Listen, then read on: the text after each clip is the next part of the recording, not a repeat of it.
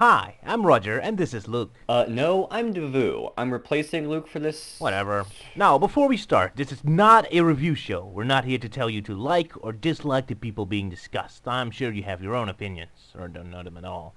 This is a discussion show. We're analyzing, having thought experiments, trying to figure things out. Amateur attempts to understand the world around us. Although opinions can sometimes ignite a discussion, like we might dislike something and then try to figure out why. Right, so for full disclosure, I officially acknowledge that practically every internet critic we'll be talking about is more talented, more successful, more handsome, and more of a cornerstone of society than either of us could ever be. And nevertheless, considering how big an impact online reviewers have on us, the audience, so much that they're almost becoming more the real entertainment rather than just commentary, I think it's worthy to take a critical look at the psychology of it all, even though neither of us knows any of the critics in person or has any official medical degree of any sort. This is all amateur screwing around with our thoughts. So, today's topic, the dual nature of internet personalities and what the Nostalgia Critic's popularity partly and possibly means about us, the internet dwellers. That's a mouthful. That is the comedy internet personas, the Nostalgia Critics and the Mr. Plinkets, not shows like Your Movie Sucks, or Super Bunny Hop, or Mr. B-Tongue, or Extra Credits, and yeah, Total we got it. Biscuit, and Every Frame of Painting, Yeah, Ambassador Worst, and IG Channel, and blah blah blah. Mathematosis. And we get it, shut up. Just the comedy persona people. When you think about it, upholding a character like the angry video game nerd or the critic or whatever is complicated, as you have to mix up several trains of thought at the same time. For one, there's the subject, the movie or game being talked about, the facts. Then the performer has his or her opinions about it. Not to mention there's surrounding trivia about the subject you need to know, as fans will be sending millions of angry comments if you forget to acknowledge an actor in the movie that died, or some internet meme that happens, or production trouble that happened, or whatever. And then the performer has a character who might have a different opinion than the performer self, so the opinion of, say, Doc Walker would need to be tweaked in order to work for the Nostalgia Critic. And then you have to always express your opinion in a way that's entertaining or funny. If you have only one character, but then there's maybe a crossover, you're in a team, or you somehow obligate yourself to force sketches into the videos. Basically, there's several lines of narrative going on at the same time, which all have to be connected. The performer wants his real opinion out, but that might clash with his character. You may have to mention tragic facts about a movie, but audiences demand you to be constantly funny. So writing a review is messy. You have several parallel but also contradicting viewpoints you have to mix up into one nice flowing narrative. People come to hear your opinion and your jokes, but you also gotta realize as an artist whose material is based on another work that you also have to act in service of your subject. Some people, like Every Frame of Painting, is almost completely consumed by the work, to where very little of his being remains in the video, whereas people like Plinkett and YMS edit the footage so heavily and have such a force of personality that they take dominance over the movie, but are still interacting with it. And then the first internet personality I ever admired, Baby, had a period of time where his articles were huge comical descriptions of sarcasm that were sometimes only barely directly tied to the subject he was talking about and were more a showcase of how funny he is,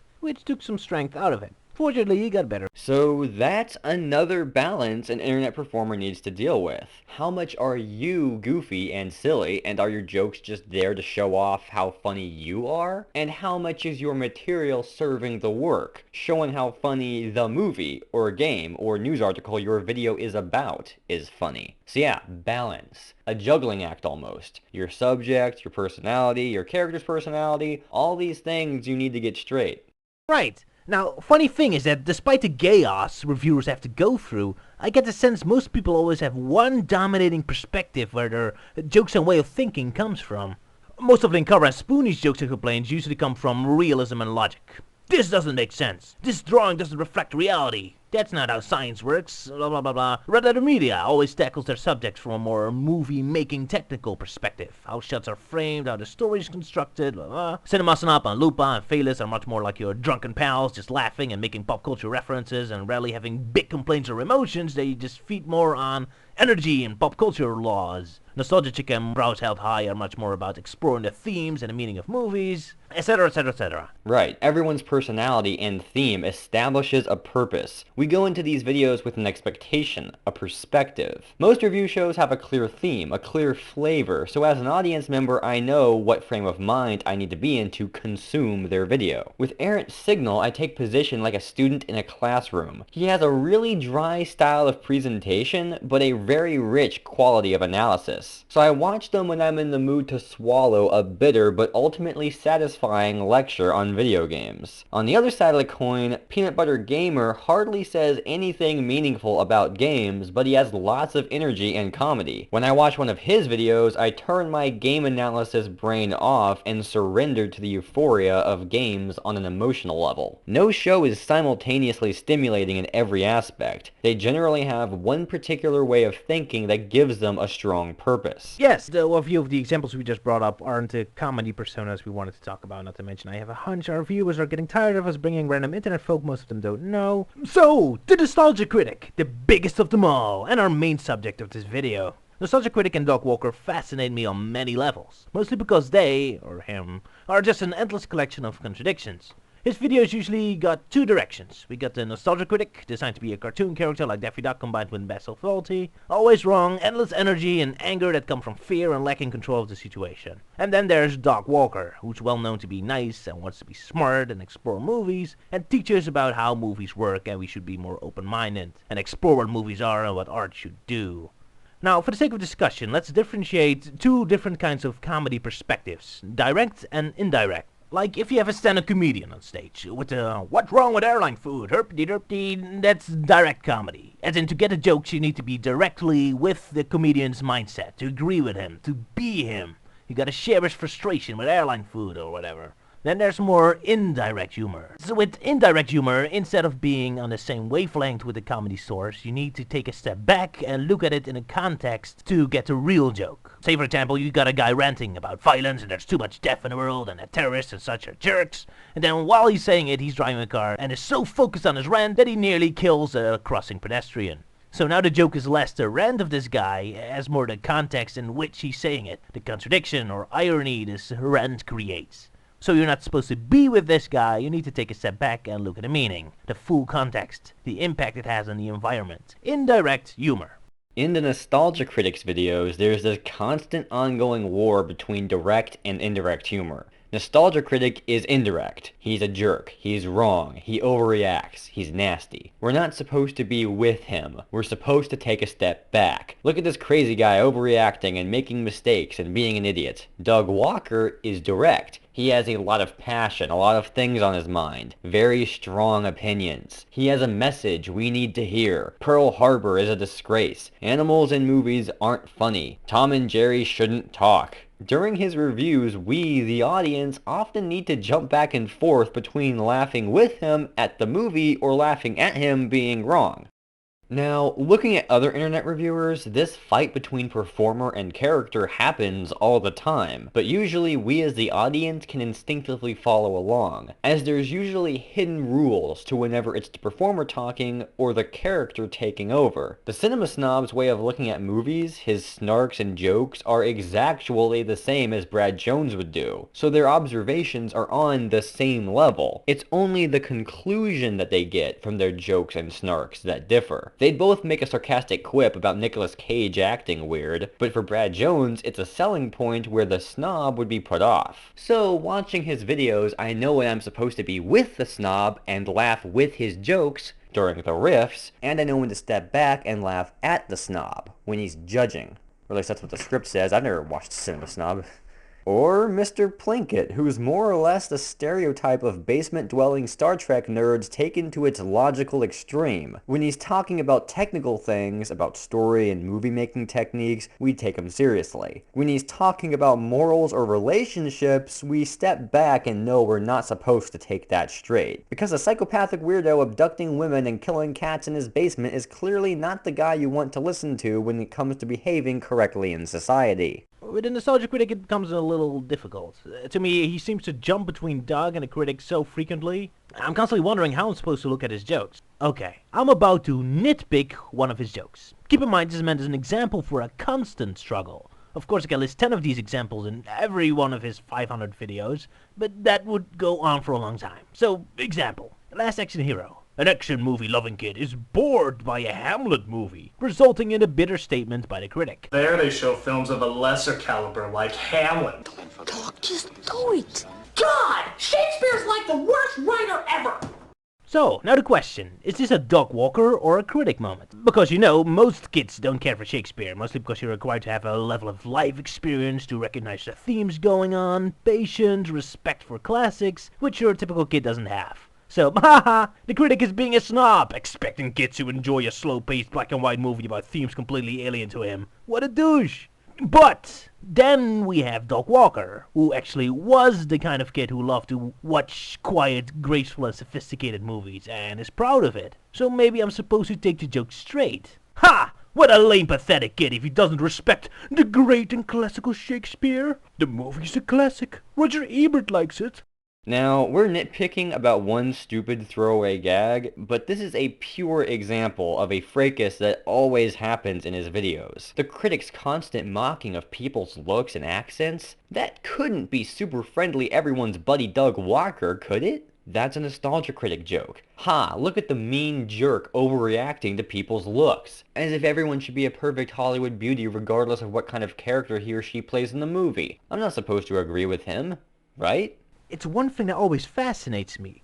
The Nostalgia Critic is like the hero of the nerds, representative of the pathetic people. Yet I can't help but notice there's a constant, very strong sense of judgment beneath the comedic surface. This woman laughs stupid. People find bunnies with boobs sexy, they're freaks. This person has a moment of emotional weakness while there's a child nearby. What a horrible bitch. The movie makers don't put enough effort in this. This person is ugly. This person doesn't speak perfect, flawless English. For a hero for nerds, the critic's humor is very confronting. Of course, the critic is also confronting himself, and there's no shortage of examples where Doc tackles himself or his character, so he's fair, but still confronting toward himself, but also toward others. But hey, it's a Nostalgia Critic, it's a cartoon, it's a comedy persona. Dogs is a nice guy. The critic is Doc's opposite, right? Doc's super nice and friendly, and the critic is selfish, sure. But let's look more closely to Doug. While he really respects self-reliant people like his producers, he hates weakness. He hates princesses, dumbbells in distress. This is not a critic perspective. This is Doc. Now, I don't know him, I might be completely wrong, but observing his works and analyzing his thoughts, I can't help but come to the conclusion that Doc is a very nice person when he respects you, because you're strong and self-reliant. I'm not sure how he's towards weak people. Now, don't get me wrong, I don't think Doc actually sits down and deliberately chooses to be judgmental. It's very much a subconscious thing. If anything, whenever I listen to his commentaries, it sounds like he's mostly working off his instincts, doing what feels right to him. He has a very strong sense of what feels funny, even though he can rarely explain or figure out why. Now, as we said before, the process of writing these reviews are messy with dozens of contradicting thoughts going on. Deal with this mess purely on instinct and you get fascinating results. Again, most of the reviewers have one dominating theme, and as far as I'm concerned, the Nostalgia Critic's major perspective is judgment. That's the major point I get out of these videos. I mean, sure, the main purpose of them is to be entertaining, but it's really general and not saying much. Doc wants to be entertaining and follows his instincts, and what results is what feels to me is mostly a fascination with deviations from normal behavior. Rob and Doc can giggle for hours whenever they hear an actor talk in a weird accent or has a stupid face. All critics do this to some extent, but I know of none of them that are so endlessly fascinated by weird as them. And Rob and Doc don't mean it as being judgmental. They very much sound like they approve and celebrate weird, but nevertheless they choose to express it with a character who's very much judging, very much appalled and disgusted by what he sees. This is a subconscious result, something that just flows naturally out of Doc's brain when he has so many different outputs of information to sort out. So a possible interpretation is that the critic is essentially a manifestation of Doug's own soul unleashed. He's extremely passionate about playing this character, and giggles and laughs extremely hard at his antics and jokes. I think this is because he has an intimate connection with his characters. He doesn't make jokes, he lives them. Right. So I was watching this critic review of Mamma Mia. At one point there's all these girls screaming and yelling and doing girly things and being wacky with each other, and Doc hates it. This is why chick flicks suck. That's not how humor works. Humor's about suffering. But I was like, wait, isn't Doc's own brand of humor kind of the same? He's yelling, he's being wacky and random with his buddies. Isn't it the same? But right, the pain factor is missing. There needs to be pain in order for it to be funny, according to Doug. Anyone that knows anything about comedy knows that it's all based on misery.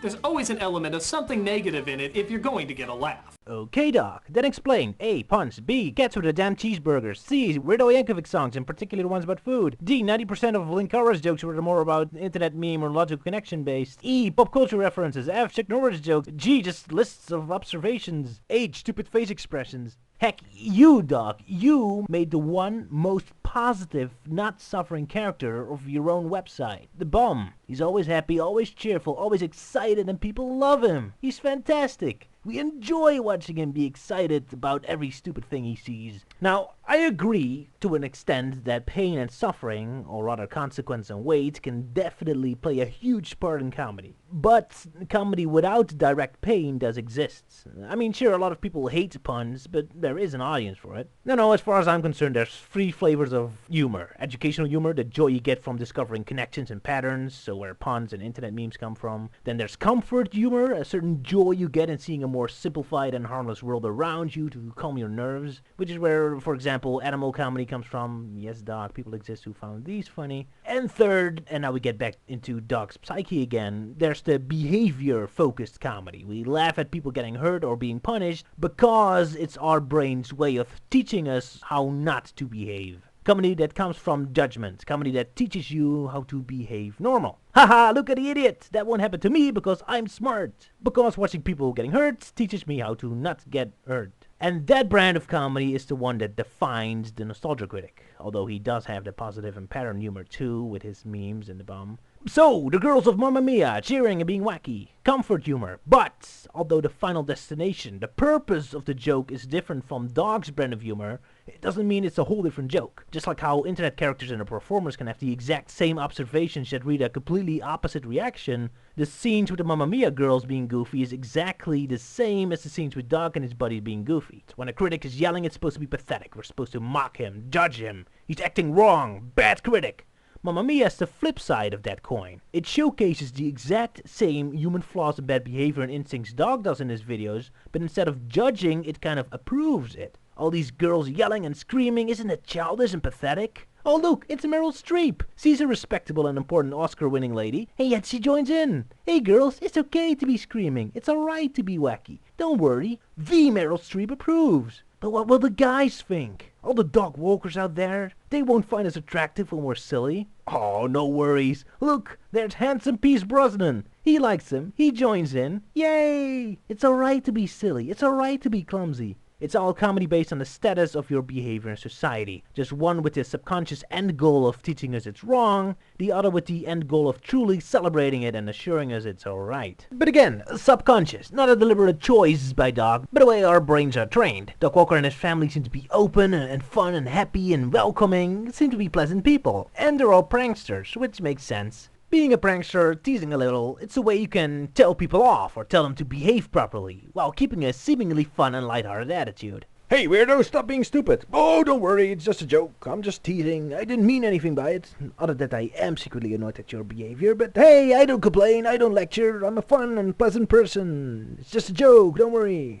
And the critic is Doug's prankster part of the soul personified. The critic is liberation. It's unleashing all the hidden social anxieties and stress of a life of walking on social eggshells. With the critic, he can be insulting to people without limits. It's just a character. It's just a joke. Don't worry about it. So the critic isn't the polar opposite of Doug. It's the dark side of Doug that he has to hide in order to function as a proper human being.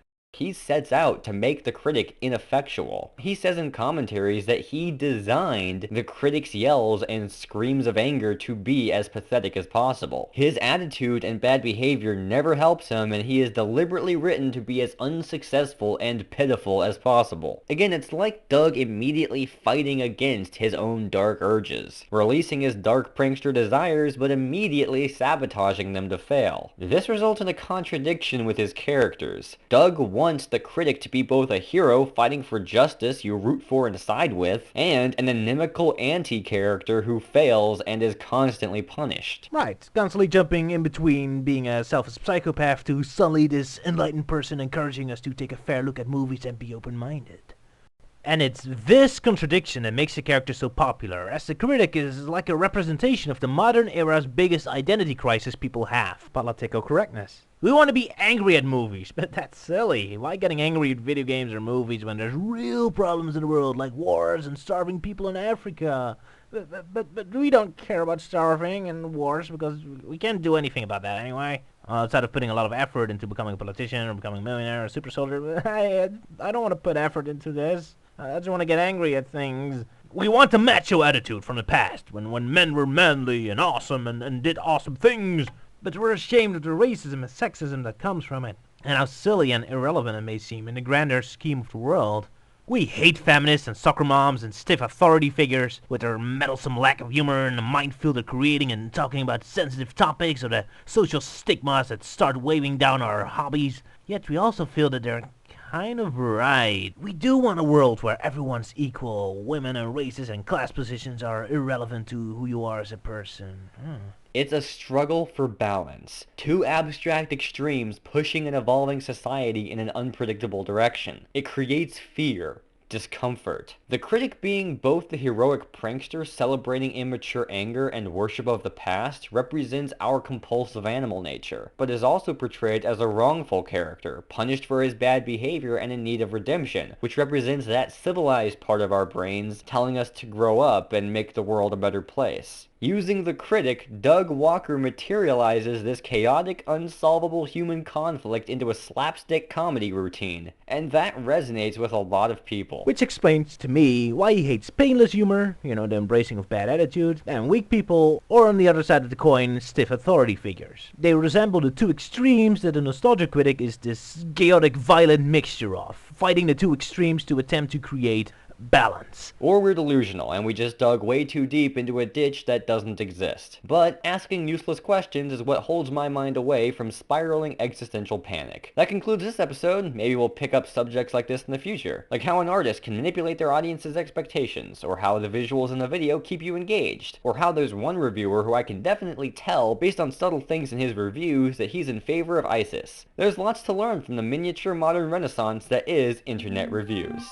Indeed. Until next time, look. Davoo. Davoo to you too. Bye.